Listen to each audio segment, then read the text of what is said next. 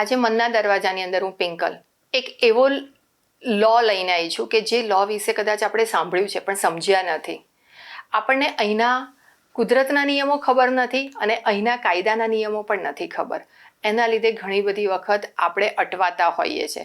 આમ જનરલી એવું કહેવાય કે આપણે પોલીસને ના શોધતા હોઈએ, પોલીસ આપણને શોધતી ના હોય, આપણે વકીલને ના શોધીએ અને આપણે ડૉક્ટરને ના શોધીએ.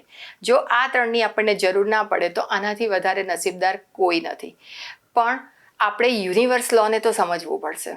જો આપણે કુદરતના નિયમોને નહીં સમજીએ તો જે કુદરતે આપણને બનાવ્યા છે, આપણે આ સમાજમાં આવ્યા છે અને આપણે આપણા પોતાનો ગ્રોથ કરવાનો છે, તો એમાં કશેક ને કશેક અડચણો એવી આવશે કે જે અડચણોમાં આપણને હાર્ડવર્ક લાગશે. હાર્ડવર્ક તો લાગશે, પણ એની સાથે સાથે જીવનના જે રિયલ અર્ક કહેવાય, હેપીનેસ, પીસ, સુકૂન, શાંતિ, અદ્ભુત અનુભૂતિ, એ બધાથી કોશો દૂર રહીશું આપણે.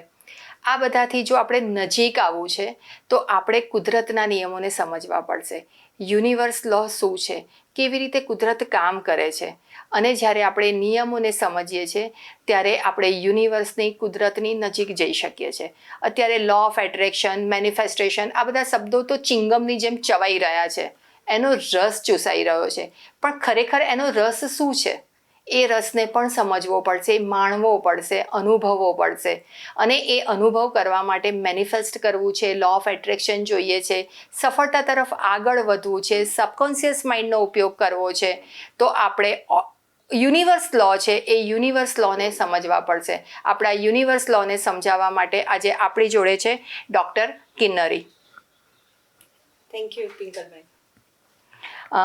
યુનિવર્સ લો વિશે તમે શું કહેશો? યુનિવર્સલ લોની જ્યારે આપણે વાત કરીએ તો જ્યારે અત્યારે જે સૌથી વધારે લોકો વાત કરી રહ્યા છે એમાંનો સૌથી ઇમ્પોર્ટન્ટ જે લો છે, લો ઓફ એટ્રેક્શન, જે ઘણી બધી જગ્યાએ અત્યારે આપણને યુટ્યુબ પર, બધા સોશિયલ મીડિયા સાઇટ પર જોવા મળી રહ્યો છે, જેના વિશે હું થોડુંક કહીશ. લો ઓફ એટ્રેક્શન એટલે લાઇક એટ્રેક્ટ્સ લાઇક. હું પોતે ડૉક્ટર છું, મારી પાસે મલ્ટિપલ મેડિકલ ડિગ્રીઝ છે અને મારા લાઈફની જર્ની જે રીતે રહી છે અને જે દિવસથી મેં લો ઓફ એટ્રેક્શનને સમજ્યું, લો ઓફ એટ્રેક્શનને મેં મારા જીવનમાં અપનાવ્યો, ત્યારથી મારી લાઈફમાં ઘણા બધા ચેન્જીસ આવ્યા છે. હું એ વ્યક્તિ જ નથી જે હું આજથી 5 વર્ષ પહેલાં હતી. 360 કે 180 changes? It is absolutely 360 degree changes. 360 degree changes. આજે મને જે પણ લોકો મળે છે મને કહેતા જ એવું જ, એમનું ફર્સ્ટ સ્ટેટમેન્ટ એ જ હોય છે કે you are not the same person. તો હેપીનેસમાં કે બીજા બધામાં? દરેક જીવનના દરેક એરિયાની અંદર. કયા? આપણા જીવનની અંદર 4 મેઇન એરિયા હોય છે: હેલ્થ, આપણી રિલેશનશિપ, આપણી કરિયર અને આપણી ફાઇનાન્શિયલ લાઈફ. જેમ કે મેં કાર્ડિયોલોજીની 13 વર્ષ પ્રેક્ટિસ કરી છે અને એની અંદર આપણે ઇસીજીમાં જોઈએ છીએ ને, ઉપર નીચે જાય છે. આપણે એવું માનીએ કે જીવનમાં પણ ઘણીવાર એવું હોય છે કે ઉપર નીચે ચાલ્યા કરે અને આપણે એને બિલીફ તરીકે માની લઈએ કે બધાને બધું ના મળે. લાઈફમાં કંઈક તો એવું હોય કે આપણને મિસિંગ પાર્ટ હોય અને એ આપણે એક્સેપ્ટ કરી લઈએ. પણ જ્યારે તમે આ લો ઓફ એટ્રેક્શનને સમજો, તમે રિયલમાં જે પોતાની અંદરનો મનનો જે પાવર છે એને સમજો, તમે ચાહો એ વસ્તુ મેળવી શકો છો. પણ એની માટે એક સ્પેસિફિક પ્રોસેસ હોય છે જેમાંથી આપણે પસાર થવું પડે છે. હું આને એક ફોર્મ્યુલા નામ કહું છું, CPR. બરાબર છે? CPR તો ઘણા બધાએ સાંભળ્યું જ હશે. કાર્ડિયોલોજીમાં અથવા આપણે હૃદય વિજ્ઞાનની અંદર જ્યારે આપણું હૃદય બંધ થઈ જાય તો આપણે જે કાર્ડિયોપલ્મોનરી રિસસિટેશન કરીએ છીએ એને આપણે CPR કહીએ છીએ. પણ એનાથી શું થશે? હૃદય રીસેટ થઈ જાય.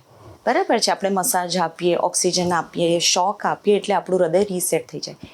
એક્ઝેક્ટલી આપણા માઇન્ડને બી રીસેટ કરવા માટેનો એક ફોર્મ્યુલા છે CPR. અને જ્યારે આપણે ફોર્મ્યુલાને એપ્લાય કરીએ તો આપણે આપણા એ વ્યક્તિત્વ બની શકે જે દરેક વસ્તુને મેળવવા માટેની ક્ષમતા ધરાવે છે. પણ લો ઓફ એટ્રેક્શન જે કોમન છે, એ લો ઓફ એટ્રેક્શનમાં એવું પણ કહેવાય કે યસ નો. જેમ કે હું હવે લો ઓફ એટ્રેક્શન મારે કંઈક મેનિફેસ્ટ કરવું છે, તો જો હું ફિયર સાથે કરીશ તો હું ફિયરને જ એટ્રેક્ટ કરીશ. ભલે એ પોઝિટિવ હશે પણ એ હું ફિયર સાથે તો ફિયર જ એટ્રેક્ટ કરીશ. હું ગિલ્ટ સાથે કરીશ તો હું ગિલ્ટને જ એટ્રેક્ટ કરીશ.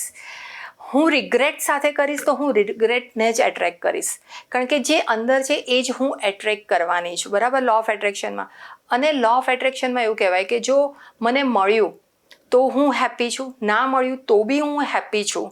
તો એ જ્યારે આપણે લો ઓફ એટ્રેક્શનમાં એટ્રેક્ટ કરીએ છીએ તો એ પોઝિટિવમાં કન્વર્ટ થાય છે અને નવા એક ફાઇલ ઓપન નથી કરતા આપણે. પણ જ્યારે જો મને આ ના મળ્યું તો હું દુઃખી થઈ જઈશ તો એક નવી ઓપન ફાઇલ કરીએ છીએ. આ એગ્રી કે ડિસએગ્રી?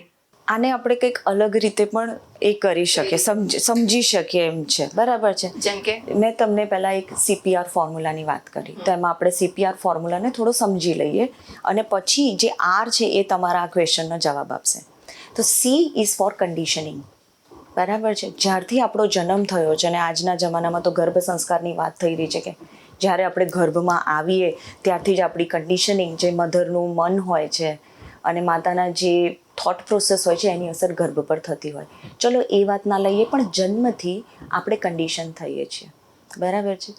અને ડૉક્ટર બ્રુસ લિપ્ટનની જે બુક છે બાયોલોજી ઓફ બિલીફ, એની અંદર લખેલું છે કે 7 years સુધી આપણું સબકોન્શિયસ માઇન્ડ જે છે કન્ડિશન સ્ટ્રોંગલી પાવરફુલ છે. 0 to 8 years બહુ જ પાવરફુલ છે અને ત્યારે મોસ્ટલી પેરેન્ટ્સને એવું છે કે બાળકને સમજ નથી પડતી, પણ પ્રોપર આખી લાઈફ સ્ક્રિપ્ટ લખાઈ રહી છે.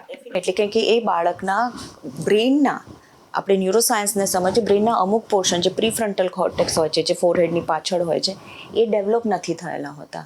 અને ત્યારે પેનલ ગ્રંથિ બી બહુ ફાસ્ટ એક્ટિવ હોય છે. પેનલ ગ્રંથિને બી લોકો એક્ટિવ 0 to 8 years બહુ જ પાવરફુલ છે કે પેનલ ગ્રંથિ ત્યારે બહુ એક્ટિવ થાય છે.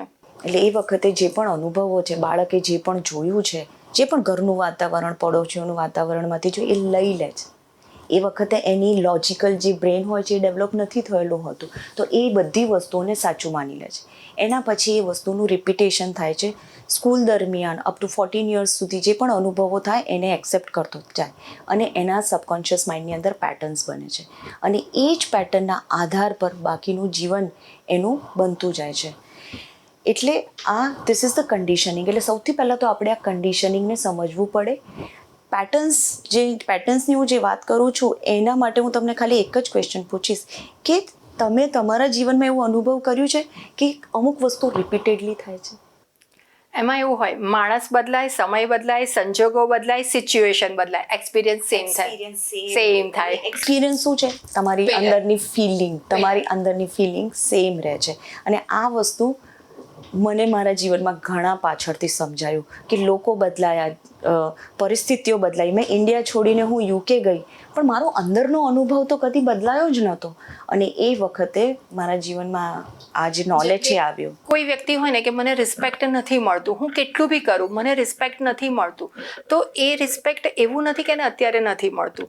એ નાનું બાળક હોય, સ્કૂલ લાઈફમાં હોય, કોલેજમાં હોય, મેરેજ થયા હોય, ત્યાર પછી બી. એટલે માણસો બહુ બધા બદલાયા, બહુ બધો સમય બદલાઈ ગયા, બહુ બધા સિચ્યુએશનો ચેન્જ થઈ ગઈ, પણ એની જે ફિલિંગ્સ છે ડિસરિસ્પેક્ટની, એ ફિલિંગ્સ અને દરેક વ્યક્તિ એક્સપિરિયન્સ કર્યા કરે છે. અને યુનિવર્સ લો એવું કહે છે, લો ઓફ એટ્રેક્શન, કે એ ફિલિંગ્સને ચેન્જ કરવી છે તો એ પેટર્નને ચેન્જ કરવી પડશે. અને એ પેટર્નને ચેન્જ કરવા માટે આપણે આપણા પોતાની અંદરની માન્યતા ઉપર કામ કરવી પડશે. અને એ માન્યતાઓને સમજવી પડશે કે આ મેં વિઝ્યુઅલ 0 to 8 yearsમાં એવું તો શું જોયું હતું કે જેના ઉપરથી મારી આ બિલીફ બહુ સ્ટ્રોંગ બની ગઈ, એટલે ડીપ રૂટર થઈ ગઈ અને હું આને બહાર કાઢી શકું. આ યુનિવર્સ લો બરાબર ઇઝી સમજીએ તો. હા, તમે એ રીતે સમજાવી શકો. સરળ ભાષામાં એટલા માટે કે દરેક દર્શકો સમજી શકે, વિચારી શકે, કારણ કે કોમ્પ્લિકેટેડ બોલવાવાળા તો બહુ બધા છે. અઘરું તો બધાને સારું બોલતા આવડે છે. સૌથી અગત્યનું છે કે સરળ ભાષામાં સહજતાપૂર્વક દરેક વ્યક્તિ સમજી શકે અને પોતાના જીવનમાં ઉતારી શકે. કારણ કે તમે જેમ બુકની વાત કરી તો એટલી સરસ બુકો છે, પણ એ બધી ફોરેન ઓથરોમાં છે. ગુજરાતીની અંદર સારી રીતે બોલી શકે, વાંચી શકે, સમજી શકાય એવું બહુ જ ઓછું છે. દરેક લોકોને સફળતા બી જોઈએ છે તો હિન્દીમાં કે ઇંગ્લિશમાં કે વ્યુઅર્સ વધારે મળે, પણ ગુજરાતી લોકો સાંભળવાવાળા ઓછા છે એવું નથી.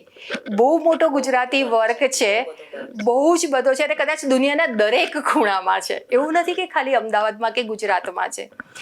પણ ખબર નથી લોકો કેમ બહુ જ કોમ્પ્લિકેટેડ ભાષામાં એમને આપવું હોય છે. જેટલું સરળ હશે એટલું ઇઝીલી સમજી શકાશે.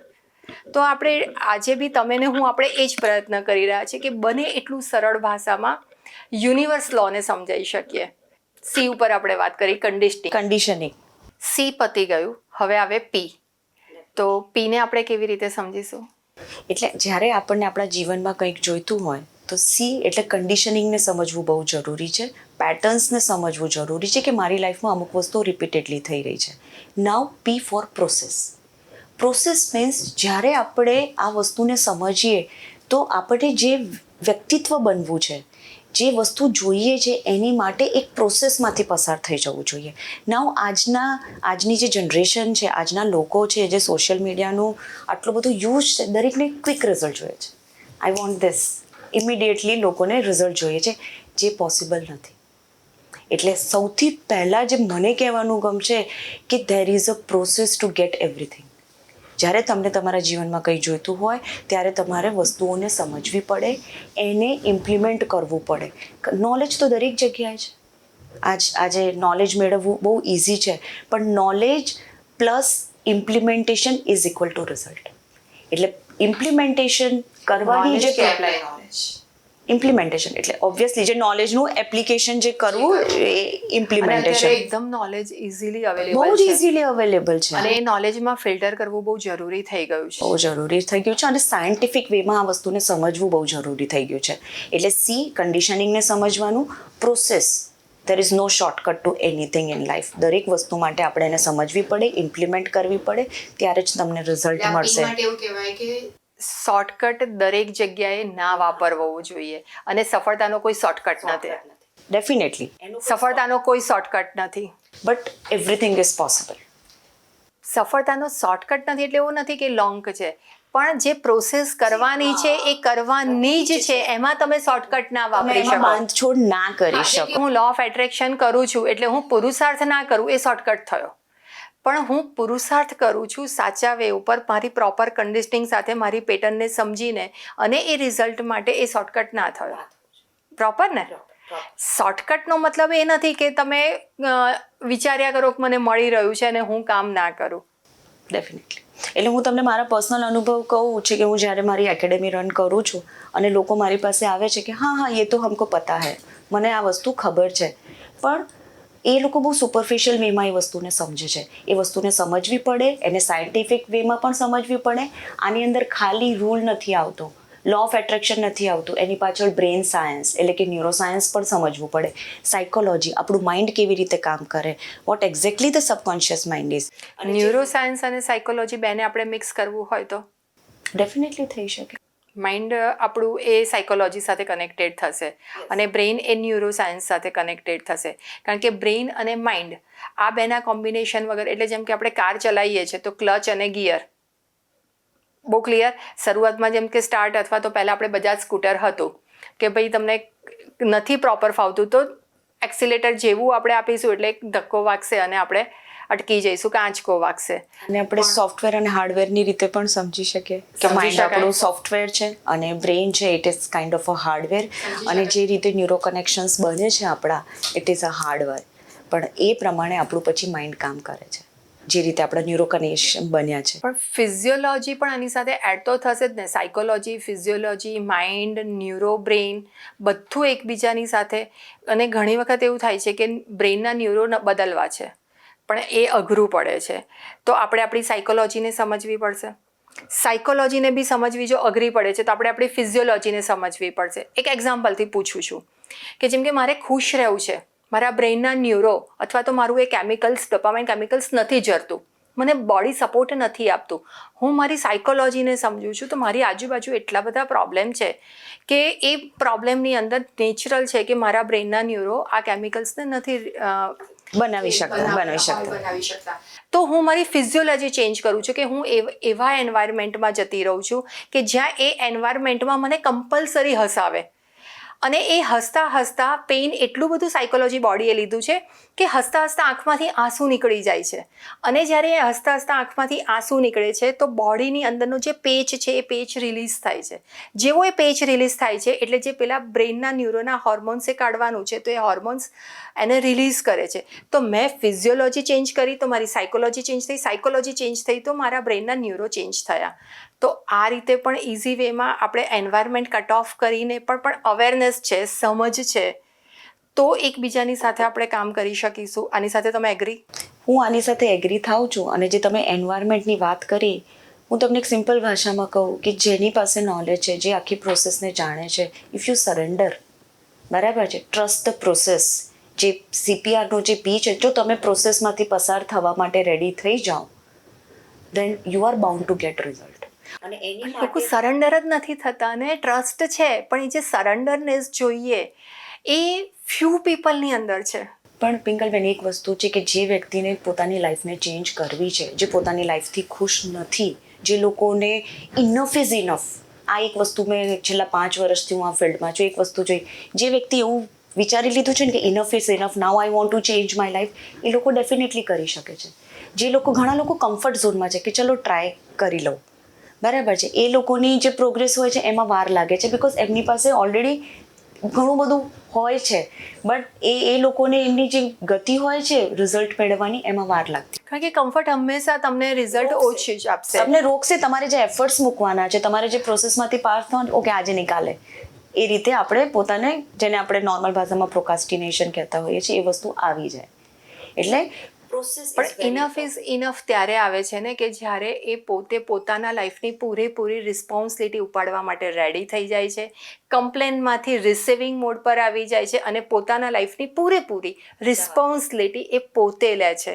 અને જે બી સારું થાય છે એનો ભાર એ બીજાને આપે છે. આભાર, ગ્રેટિટ્યૂડ. અને ગ્રેટિટ્યૂડ ઇઝ ધ એવરીથિંગ અને એટીટ્યુડ ઇઝ ધ એવરીથિંગ. આ બે વસ્તુ એ ત્યારે આવી જાય છે કે gratitude is the everything and attitude is the everything. અને જ્યારે આ બે એટીટ્યુડ આવી જાય છે ત્યારે સરળતાપૂર્વક બોડીના ન્યુરો પણ એ જ રીતે કામ કરે છે.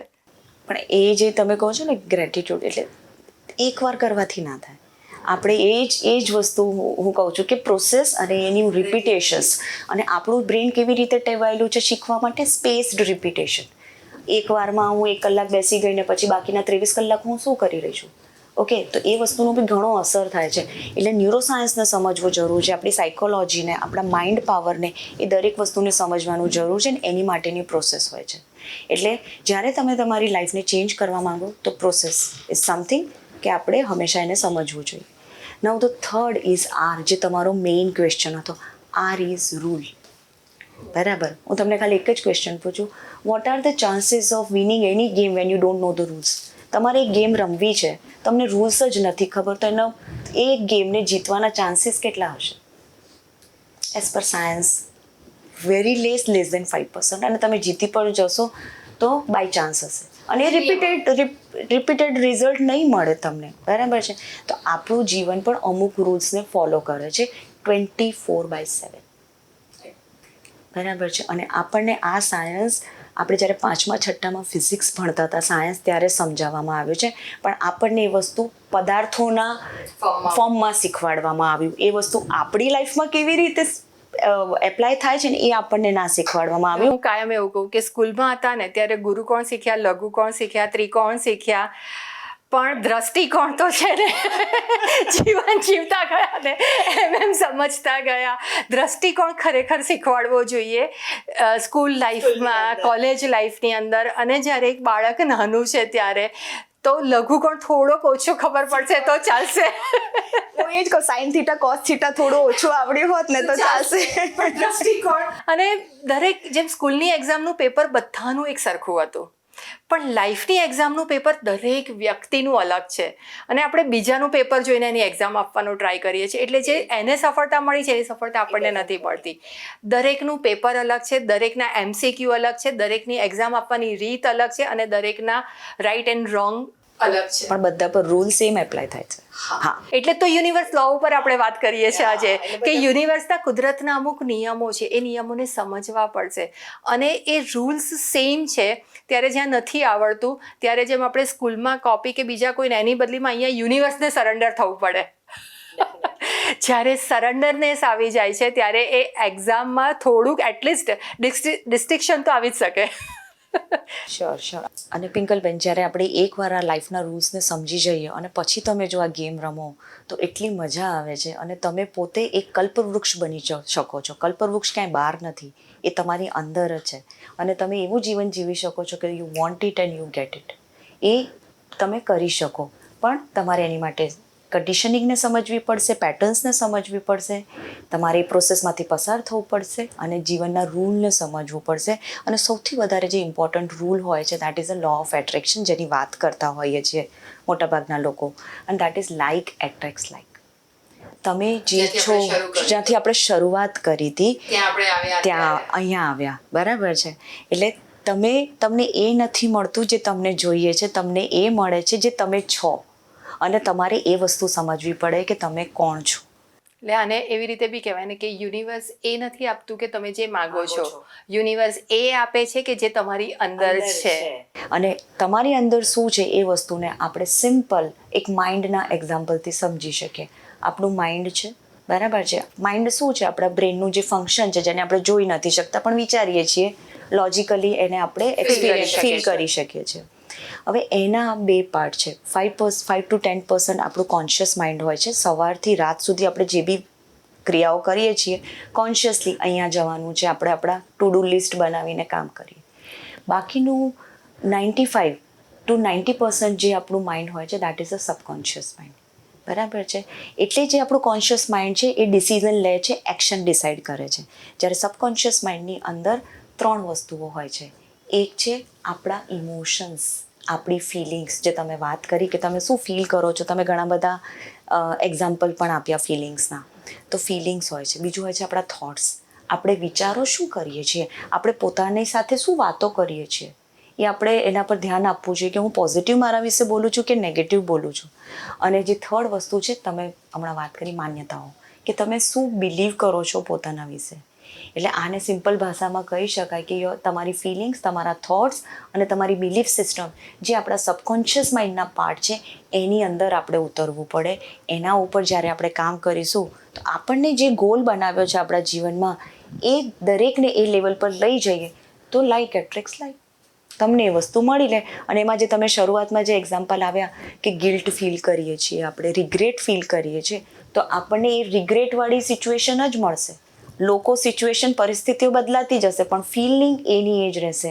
પણ જ્યારે આપણે પ્રોપર સાયન્ટિફિક પ્રોસેસમાંથી પસાર થઈએ, આ બધા સિદ્ધાંતોને સમજીએ અને આપણા ફિલિંગ્સને ચેન્જ કરીએ, ગ્રેટિટ્યૂડ મોડમાં આવીએ, એક્સેપ્ટન્સ મોડમાં આવીએ, વસ્તુઓને લેટ ગો કરતા થઈએ, લોકોને માફ કરતા થઈએ, અને પછી જે વર્ઝન બને તો યુ સ્ટાર્ટ એટ્રેક્ટિંગ ધ થિંગ્સ જેની માટે જે હંમેશા તમારે હંમેશા જે જોઈતું હતું, બરાબર છે ને. તો બહુ સિમ્પલ છે. આપણે જ આપણા માઇન્ડથી આપણે વસ્તુઓને કોમ્પ્લિકેટ કરી દીધી છે. યુનિવર્સ માટે તો બધા લોકો સરખા છે, રૂલ્સ બધા બહુ સિમ્પલ છે. તમે જે છો એ તમને મળશે. અને એટલું જ કહેવામાં આવ્યું છે કે તમે એ વર્ઝન બની જાઓ જે તમારે જોઈએ છે, યુ વિલ ગેટ ઇટ. મનના દરવાજાની અંદર આજે આપણે જોયું કે લો ઓફ એટ્રેક્શન કેવી રીતે યુનિવર્સ લો કામ કરે છે અને કેવી રીતે CPR છે. આપણે આપણા પોતાની અંદર કેવી રીતે નવું પોતાનું જ કન્ડિશનિંગ કરી અને પ્રોસેસમાં જઈ અને આપણા જ નિયમો બનાવીને માય લાઈફ માય રૂલ્સ, આ નિયમને આપણે ફોલો કરવો પડશે. આપણે આપણા પોતાના મનની ઓથોરિટી ઉપર આવવું પડશે અને લાઈફમાં જે જોઈએ છે એના ઉપર યુનિવર્સ લોને, લો ઓફ એટ્રેક્શનથી આપણે કામ કરવું પડશે. પણ લો ઓફ એટ્રેક્શન જ્યારે પણ વાપરીએ ત્યારે બહુ જ એને એટ્રેક્ટ કરતાં પહેલાં વિચારવું જોઈએ કે હું કયા સમયે, જો આપણા પોતાની અંદર પોઝિટિવિટી નથી તો એવી કોઈ પણ વસ્તુ આપણે એટ્રેક્ટ ના કરવી જોઈએ. કારણ કે જો એમાં આપણે લો ઓફ એટ્રેક્શનના નિયમને ફોલો કરીશું તો આપણે એ જ એટ્રેક્ટ કરીશું જે આપણી અંદર છે. તો આ વાતને સમજો અને એવી રીતે લો ઓફ એટ્રેક્શનનો નિયમ જે છે એને વાપરો કે જે તમારા જીવનમાં તમને ગ્રોથ તરફ લઈ જાય, સફળતામાં, શાંતિમાં, તમારા ફેમિલીની અંદર, કામની જગ્યા ઉપર બહુ જ સરસ રીતે તમે આ યુનિવર્સ લોને યુઝ કરી અને માઇન્ડ પાવરનો યુઝ કરી શકો. આવી જ રીતે આપણે મનના દરવાજાની અંદર ફરી વખત કોઈક એક નવા સબકોન્શિયસ માઇન્ડની અંદર અથવા તો આપણા પોતાનાની અંદર જ ઉતરી અને આપણે શું નવું બદલી શકીએ એના માટે ફરી મળતા રહીશું. મંતવ્ય ન્યૂઝ ઉપર તમે જોતા રહો. ઇન્સ્ટાગ્રામ ઉપર, યુટ્યુબ ઉપર મેલ દ્વારા તમે અમને મેલ કરી શકો છો અને યુટ્યુબ ઉપર પણ તમે અમને ફોલો કરી શકો છો. નીચે અમારો પત્ર વ્યવહાર છે, ત્યાં પણ તમે અમને જાણ કરી શકો છો કે તમારે કોઈક નવો યુનિવર્સ લો તમને ખબર હોય એ અથવા તો નવા કોઈ નિયમને તમારે સમજવા હોય તો.